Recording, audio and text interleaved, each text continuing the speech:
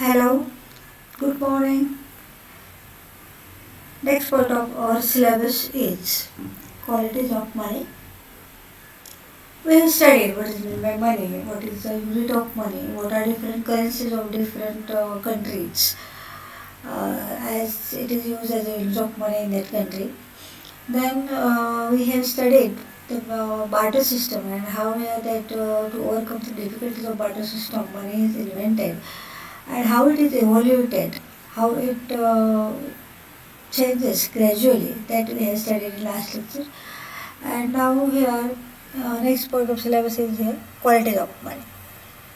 So first quality, what is meant by qualities of money? That means these are the characteristics or features which a good money unit a good money unit is having or it possesses. So yeah, that is qualities of money. आपण barter system म्हणजे काय आणि त्याच्यामध्ये काय difficulties होत्या आणि त्या difficulties solve करण्यासाठी मनी कसं इन्व्हेंटेड झालं ह्याचं आपण स्टडी केलं आहे.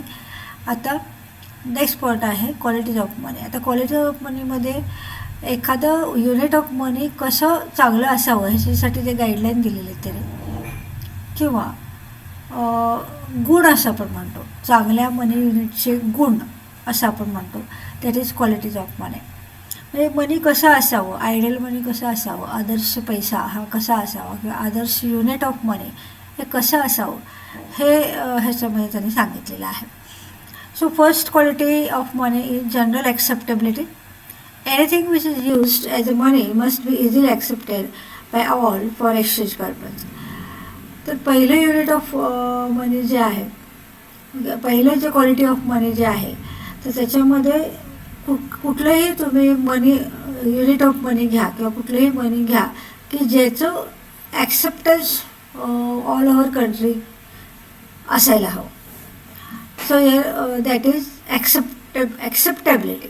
म्हणजे एक आयडियल मनी युनिट असं असतं की ज्याचं सगळ्यांच्याकडून ॲक्सेप्टन्स ज्याला मिळतो एक्सचेंज पर्पज करता.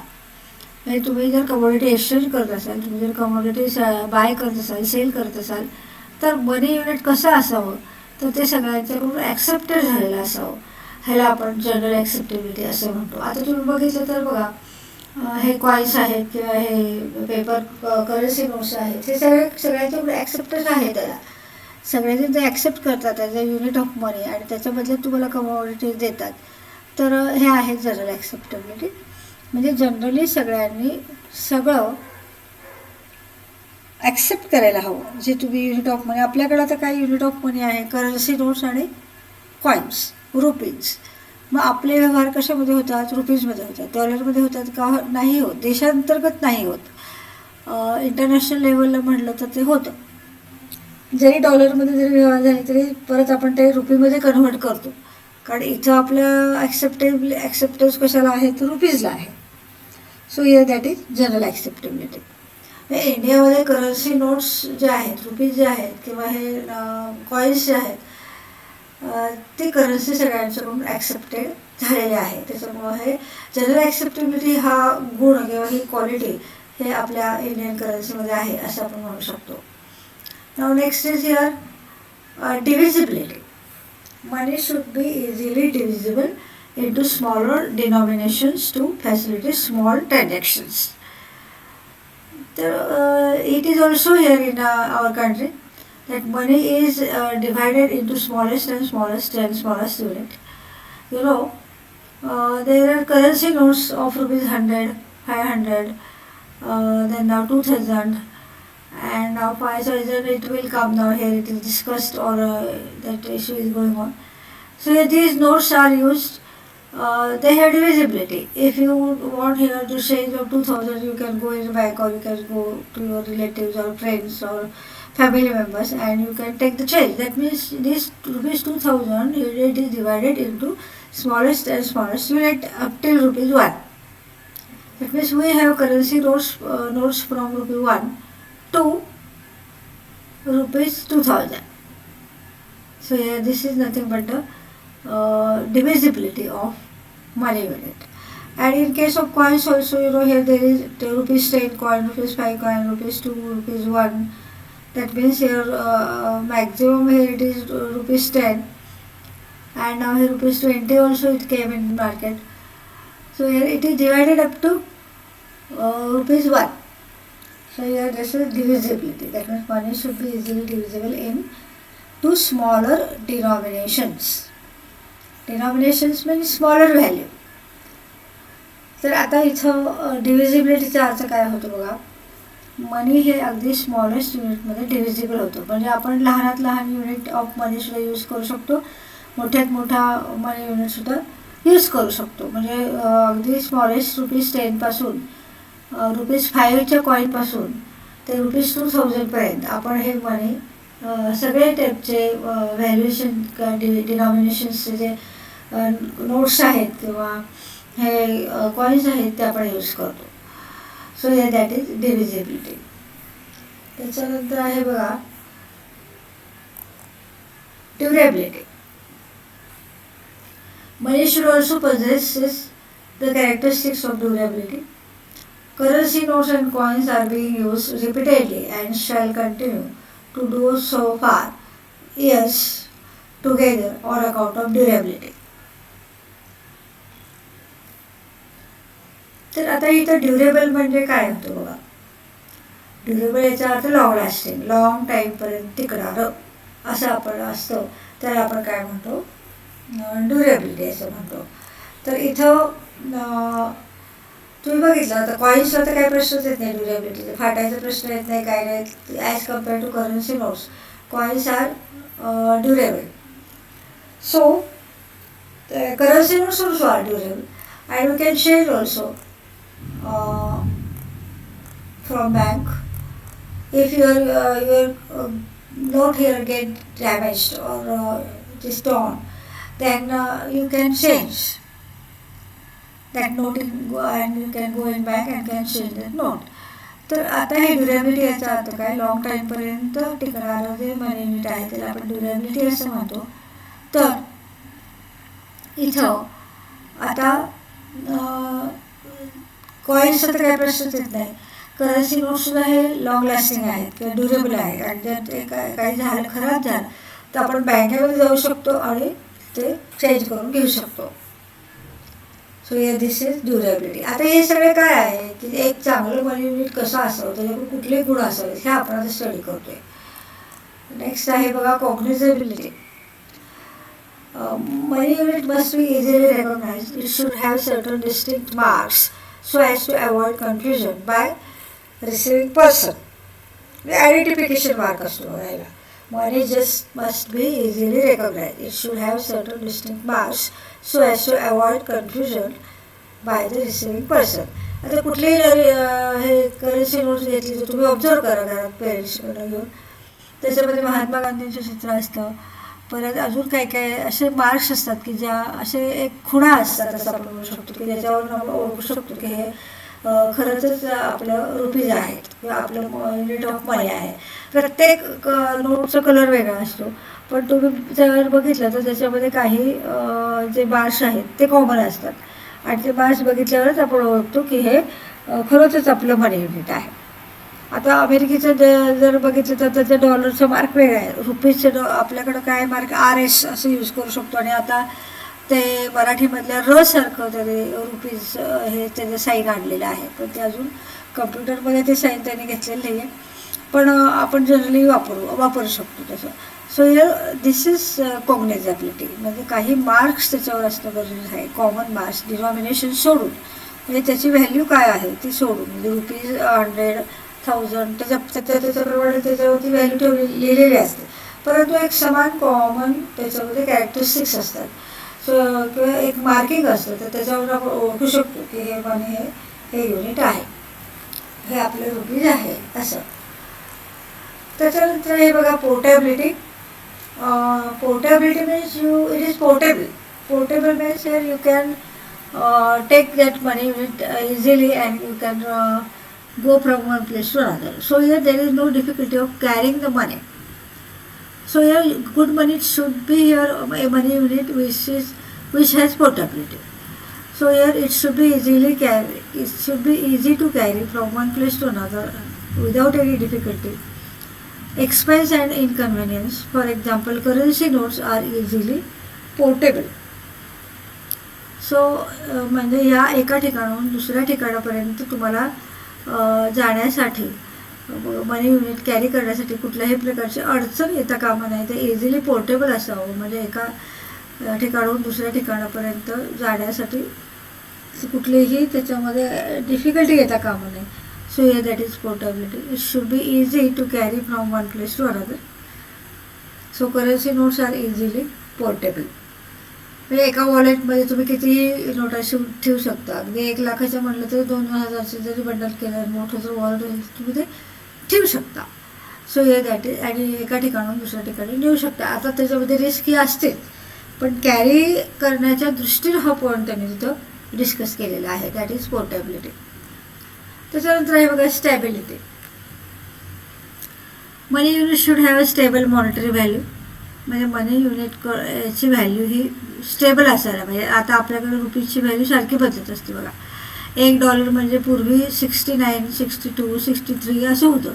आता अबाउट 70 गेलेले आहे. ते 75पर्यंत गेलेले आहे त्याची व्हॅल्यू. म्हणजे आपल्या मनी युनिटच्या व्हॅल्यूला स्टॅबिलिटी नाही आहे. तर तसं व्हायला नको. डॉलरला स्टॅबिलिटी चांगली आहे. डॉलरची व्हॅल्यू हे सहसा बदलत नाही.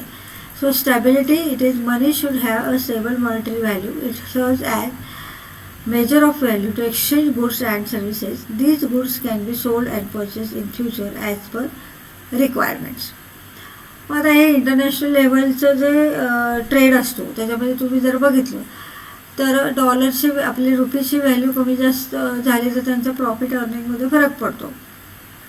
आता पूर्वी जर तुमच्याकडे पूर्वीच्या ह्याच्यामध्ये जर डॉलर असतील तुमच्याकडं त्याचं तुम्ही 69 घेतले असतील आणि आता 75ने त्याचं जर व्हॅल्युएशन झालं तर त्याच्यामध्ये कितीतरी तुम्हाला फायदा होतो.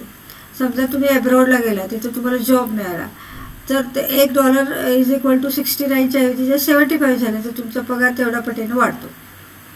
$1,000 असेल तर किती रुपये वाढले? 6 रुपये प्रत्येक डॉलर पाठीमागं वाढले, म्हणजे 6,000 रुपये तुमचं पेमेंट वाढतं. अशा पद्धतीने ते स्टॅबिलिटी नसेल तर इंटरनॅशनल लेवलला जॉब करताना आणि ट्रेडिंग करताना डिफिकल्टी पण येऊ शकते किंवा बेनिफिट पण होऊ शकतो. सो या दॅट इज स्टॅबिलिटी. पण स्टॅबिलिटी असेल तर ट्रेडर्स डेअरिंग करतात ट्रेड करायचं. Otherwise they hesitate to trade. तर त्यांना ते ट्रेड करणं संकोच करू शकतात. सो या that is stability. Next is homogeneity. Money of a particular denomination must be homogeneous or identical in its features. आता होमोजेनिटी म्हणजे काय? सारखेपणा, सिमिलॅरिटी. हे प्रत्येक करन्सी नोट मग ती इथं महाराष्ट्रामध्ये यूज होते नाही तर दिल्लीला होऊ दे नाही तर केरळला होऊ दे. केरळला पण आपण ट्रान्झॅक्शन केलं तर त्याच करन्सी नोट देतो. महाराष्ट्रामध्ये ट्रान्झॅक्शन केलं तरी पण त्याच करन्सी नोट वापरतो. दिल्लीला जरी गेलो तरी त्याच करन्सी नोट्स वापरतो. म्हणजे याचा अर्थ काय? त्याच करन्सी नोटमध्ये होमोजिनिटी आहे. असं होत नाही की दिल्लीला वेगळ्या कलरची नोट आहे 2,000ची, केरळला वेगळ्या कलरची आहे 2,000ची, आणि महाराष्ट्रामध्ये सुद्धा सगळीकडं काय आहे? एकसारखेपणा आहे. म्हणजे त्या दृष्टीने बघितलं तर आपलं मनी युनिट हे आयडियल मनी युनिट आहे. तर त्याच्याकडे आपली क्वालिटी आहे. आपल्याकडे फक्त एकच क्वालिटी नाही आहे, त्याची स्टॅबिलिटी. आपले जे मनी व्हॅल्यू आहे ते स्टेबल राहायला पाहिजे. त्याच्यासाठी इकॉनॉमिक ग्रोथ आणि इकॉनॉमिक डेव्हलपमेंटचा जो रेशो आहे तो बऱ्याच गोष्टीवरती अवलंबून असतं. आपले व्हॅल्यू ठरलं, ग्रोथ रेट किती आहे, तुमचं प्रोडक्शन किती आहे, गुड्स अँड सर्व्हिसेसचं प्रोडक्शन किती आहे, हे सगळ्या बघता इथं त्याच्या ते व्हॅल्यूची स्टॅबिलिटी असते. तर आता इथं स्टॅबिलिटी नाही आहे. हा एवढा आपल्या मनी युनिटचा हे आहे, ड्रॉबॅक आहे. तर अशा पद्धतीने आपण मनी युनिट इथे बघितले.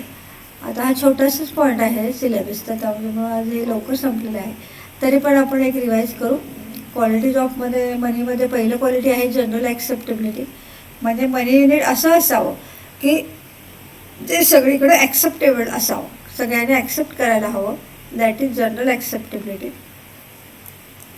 दुसरं आहे बघा डिव्हिजिबिलिटी. मनी हे स्मॉलर डिनॉमिनेशनमध्ये डिव्हिजिबल असायला हवं. म्हणजे छोट्यात छोट्या युनिटपर्यंत तुम्ही त्याचं डिव्हिजन करू शकायला पाहिजे. So that is divisibility. Third is durability. Durability means it is long lasting, or it remains same condition for long period. So here that is durability. Durability याचा अर्थ असा होतो की लॉंग काळापर्यंत आपल्याला त्याची पोझिशन आहे किंवा कंडिशन आहे तशी आपल्याला तिथे एक्सपिरियन्स करायला मिळते. सो करन्सी नोट्स आणि कॉईन्स हे दोन्हीसुद्धा काय आहेत, ड्युरेबल आहेत. कॉईन्सचा तर काही प्रश्नच नाही, ते वर्षानुवर्ष काळानुरूप बदलत जातात. पण in case of currency notes, जसं तुम्ही जरी करन्सी नोट्स काही डॅमेज झालं तर तुम्ही ते बदलून घेऊ शकता आणि ते पुन्हा वापरू शकता. म्हणजे हे ड्युरेबल आहे असंच म्हणता येईल. त्याच्यानंतर आहे कॉग्निझॅबिलिटी, म्हणजे आयडेंटिफिकेशन हे सगळीकडं व्यवस्थित झालं पाहिजे. म्हणजे कसं की एक डिस्ट्रिक्ट मार्क असतात बघा, महात्मा गांधींचं चित्र असतं, एक पर्टिक्युलर व्हाईट कलरचं एक पर्टिक्युलर शेप असतो इथं बघा. त्याच्यानंतर काय काय आहे तुम्ही ते नोटाचं प्रत्यक्ष ऑब्झर्व करून बघा काय ते आयडेंटिफाय अशी तुमची ॲक्टिव्हिटी म्हणायला हरकत नाही. घरी जर पेरेंट्सकडे करन्सी नोट्स असतील तर वेगवेगळ्या प्रकारच्या करन्सी नोट्स बघून त्याच्यामध्ये आयडेंटिफिकेशन मार्क्स काय काय आहेत काय काय नाही हे बघणं महत्त्वाचं आहे. नुसतं थेअरी स्टडी करणं म्हणजे इथं एज्युकेशन नाही आहे. तुम्ही स्टडीमध्ये काय आता स्टडी केलं की हे कॉग्निझॅबिलिटी आहे. तर कॉग्निझॅबिलिटी म्हणजे आयडेंटिफिकेशन मार्क्स असायला हवे. ते आयडेंटिफिकेशन मार्क्स आहेत का नाही हे तुम्ही ते करन्सी नोट प्रत्यक्ष बघून तुम्ही ठरवू शकता किंवा बघू शकता. हे तुला जनरल नॉलेज म्हणून सुद्धा हे माहीत असायला हवं. सो यार नाव नेक्स्ट इज पोर्टेबिलिटी, म्हणजे एका ठिकाणाहून दुसऱ्या ठिकाणी ते हलवता येणं हे इझिली असावं.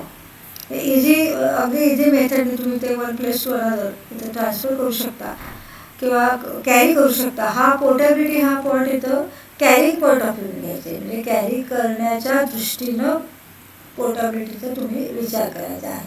सो या this is portability. And next is stability. Money युनिटची व्हॅल्यू ही स्टेबल असायला हवी. सारखी सारखी बदलली तर तिथे इंटरनॅशनल ट्रेडला प्रॉब्लेम होतो आणि आपल्याला कुठलीही इकॉनॉमिक ॲक्टिव्हिटी करायचं म्हणलं तर तिथं आपण ट्रेडिंग करू शकत नाही. सो हे that is stability. Then next is your homogeneity. हा लास्ट पॉईंट आहे होमोजिनिटीचा.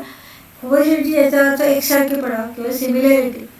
आणि तुम्ही आता बघत आहात की देशातल्या कुठल्याही कानाकोपऱ्यात तुम्ही गेले तरी करन्सी नोट्स ह्या सारख्याच असणार आहेत, एकसारख्याच असणार आहेत. कुठंही तिथे बदल नाही. हे आपल्या RBI कडून जे इश्यू होतात तिथे दक्षता घेतली जाते नोट इश्यूची आणि त्याच्याप्रमाणे ते होमोजिनियस आहेत की नाही हे बघितलं जातं आणि जनरली होमोजिनियस नोट्सच इश्यू केले जातात.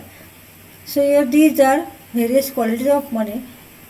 4-5 मार्काचा क्वेश्चन ह्याच्यावर विचारला जाऊ शकेल किंवा आता नवीन पॅटर्नप्रमाणे इनडिरेक्ट क्वेश्चन विचारलं जाऊ शकेल. एखाद्या केसमध्ये हे ते विचारू शकतील.